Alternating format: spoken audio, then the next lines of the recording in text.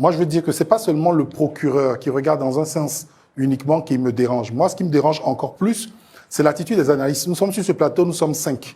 Je pense que M. Ekissi, je l'ai vu le démontrer, a été aussi choqué que moi du discours du président de la République. Bien surveiller vos différents quartiers. Parce que vous savez, les chiens peuvent toujours passer, hein. C'est pas n'importe quel discours, c'est pas n'importe quel Ivoirien. C'est le premier des Ivoiriens. C'est quelqu'un qui est un père de famille, quelqu'un qui a vraiment de la prestance, qui a 15 ans de pouvoir, qui a une responsabilité. Ce qu'il a dit est grave. Mais sur ce plateau, si on fait un sondage, je ne pense pas qu'on atteigne plus de la moitié de ceux qui sont sur le plateau qui ne seront pas d'accord. Et si on ramène ça... Je ne vous ai pas vu être offusqué lorsqu'on traitait les partisans du président de Moutou. Je termine. Donc, je voulais dire que moi, ce qui me dérange aujourd'hui, c'est que j'ai l'impression que quel que soit le sujet qu'on aborde aujourd'hui, les Ivoiriens sont divisés en deux. Et le sentiment que ça me donne, la conclusion que ça me donne, c'est que je pense que dans 5 ans, quand on aura fini ce 4e mandat, même si on entend que certains veulent pousser à aller à un 5e, le plus grand héritage que laissera Alassane Dramane Ouattara, ce sera d'avoir contribué à diviser si profondément et si durablement les Ivoiriens que même on n'arrive pas à trouver des consensus nationaux sur des questions simples. Je suis même persuadé que si on demandait aujourd'hui aux Ivoiriens quelle est la couleur du ciel, on ne serait pas d'accord. Il y aurait d'un côté les gens du RHDP et de l'autre côté les gens de l'opposition. C'est pas normal. Ce droit démocratique, c'est quelque chose de... Est-ce que ce dossier relance le débat de la liberté de manifestation? Oui et non. C'est pour ça que je suis assez prudent sur ce sujet, parce que demander à des gens d'aller manifester, tout à l'heure, on en parlait, c'est différent d'appeler les gens à bloquer les rues ou à... Donc, je pense qu'il y a une nuance quelque part qu'il faut analyser. C'est ce qui permettra, heureusement, la justice est sur le coup. Monsieur Adama Pikas et son conseil juridique pourront se défendre et montrer que les appels qu'ils ont ou pas faits entrent ou pas sont graves ou moins graves. On verra à ce niveau-là. Moi, ce que je voudrais vraiment faire aujourd'hui, je voudrais lire rapidement quelque chose. C'est une déclaration d'un acteur politique pendant cette campagne qui disait le 23 octobre, « Je vous demande d'être vigilant, de bien surveiller vos différents quartiers, parce que vous savez, les chiens peuvent toujours passer. Mais nous devons être prêts à protéger la Côte d'Ivoire. » Après cette déclaration, avant cette déclaration, il n'y avait pas eu, malgré la tension très vive, il n'y avait pas eu d'affrontement communautaire en Côte d'Ivoire par rapport à l'élection. Et juste après cette déclaration, on a eu malheureusement les événements de Nayo.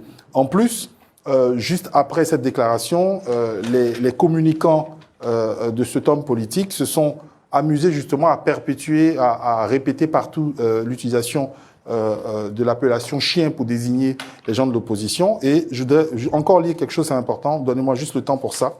À Issia, il y a une vidéo que j'ai vue où un jeune qui est de ce camp politique disait « C'est gâté à Issia, les Mogos sont venus nous provoquer, vous n'avez pas voté et vous voulez que nous, les petits du là, on ne vote pas aussi. Vous avez menti, les Maudia. Vous avez menti, les Maudia comme ça, les chiens là. » Donc, il répète le mot chien de ce homme politique. Alors là, on a Gbamou, leur village d'abord. Donc, on est dans la zone d'Issia, non loin de Saouai et donc de Nayo. Nous, on s'en fout des corps habillés ici. C'est nous-mêmes, on fait pour nous. Il n'y a pas pitié dedans. Ça, c'est une vidéo qu'on peut retrouver sur les réseaux sociaux. Ensuite, il y a un activiste malheureusement très connu. Il se fait appeler Bob le mannequin, qui a dit dans une vidéo assez récente, après l'appel de l'opposition à manifester le 8 novembre, apparemment, les chiens, donc il reprend encore le thème de cet homme politique, apparemment, les chiens n'ont pas encore compris. Il y a eu des élections en Côte d'Ivoire, il y a eu un président qui a été élu, son Excellence Alassane Dramane Ouattara, et on voit les chiens qui disent qu'ils vont sortir le 8. Excusez-moi, je n'ai pas enlevé les fautes, je dis exactement ce qu'il a dit. Le général vient pour vous prévenir, les chiens. Vous savez, son Excellence Alassane Dramane Ouattara a déjà dit à ses militants et à ses sympathisants de surveiller leur quartier. Donc il reprend les expressions de l'homme politique, que les chiens risquent de passer. Tous les chiens qui vont sortir sera maté le 8. Aucun pitié, aucun sentiment. Je demande à tous les guerriers d'aller au contact à outrance. Chaque chien qui va se mettre dans la rue, ses parents vont subir la conséquence. Pas de pitié, on est déjà prêt. Bon, j'aurais voulu aussi que le procureur s'intéresse justement à ça, parce que l'homme politique qui a prononcé ces mots, c'est le président de la République candidat à sa réélection, et je trouve que ces propos sont suffisamment graves. Donc la cécité à la fois du procureur, mais aussi des analystes politiques qui, depuis le 23 octobre, n'ont jamais osé dire clairement que ces propos-là sont graves, en tout cas déjà de la bouche d'un président de la République. Je trouve dommage qu'on se complaise aujourd'hui dans ce qui est mis en place aujourd'hui par rapport à M. Damana Piquesse. Bien.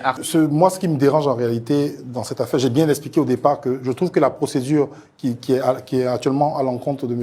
Damana Piquesse est tout à fait normale. Il savait très bien, je pense, lui-même à quoi il s'exposait quand il faisait ses mots d'ordre. Moi, je veux dire que c'est pas seulement le procureur qui regarde dans un sens uniquement qui me dérange. Moi, ce qui me dérange encore plus, c'est l'attitude des analystes. Nous sommes sur ce plateau, nous sommes 5. Je pense que M. Ekissi, je l'ai vu le démontrer, a été aussi choqué que moi du discours du président de la République. C'est pas n'importe quel discours, c'est pas n'importe quel Ivoirien. C'est le premier des Ivoiriens. C'est quelqu'un qui est un père de famille, quelqu'un qui a vraiment de la prestance, qui a 15 ans de pouvoir, qui a une responsabilité. Ce qu'il a dit est grave. Mais sur ce plateau, si on fait un sondage, je ne pense pas qu'on atteigne plus de la moitié de ceux qui sont sur ce plateau qui ne seront pas d'accord. Et si on ramène ça... Je ne vous ai pas vu être offusqué lorsqu'on traitait les partisans du président de Moutou. Je termine. Donc, je voulais dire... Oui, non, je vais très vite. Je voulais dire que moi, ce qui me dérange aujourd'hui, c'est que j'ai l'impression que quel que soit le sujet qu'on aborde aujourd'hui, les Ivoiriens sont divisés en deux. Et le sentiment que ça me donne, la conclusion que ça me donne, c'est que je pense que dans 5 ans, quand on aura fini ce 4e mandat, même si on entend que certains veulent pousser à aller à un 5e, le plus grand héritage que laissera Alassane Dramane Ouattara, ce sera d'avoir contribué à diviser si profondément et si durablement les Ivoiriens que même on n'arrive pas à trouver des consensus nationaux sur des questions simples. Je suis même persuadé que si on demandait aujourd'hui aux Ivoiriens quelle est la couleur du ciel, on ne serait pas d'accord. Il y aurait d'un côté les gens du RHDP et de l'autre côté les gens de l'opposition. C'est pas normal. Allez-y rapidement.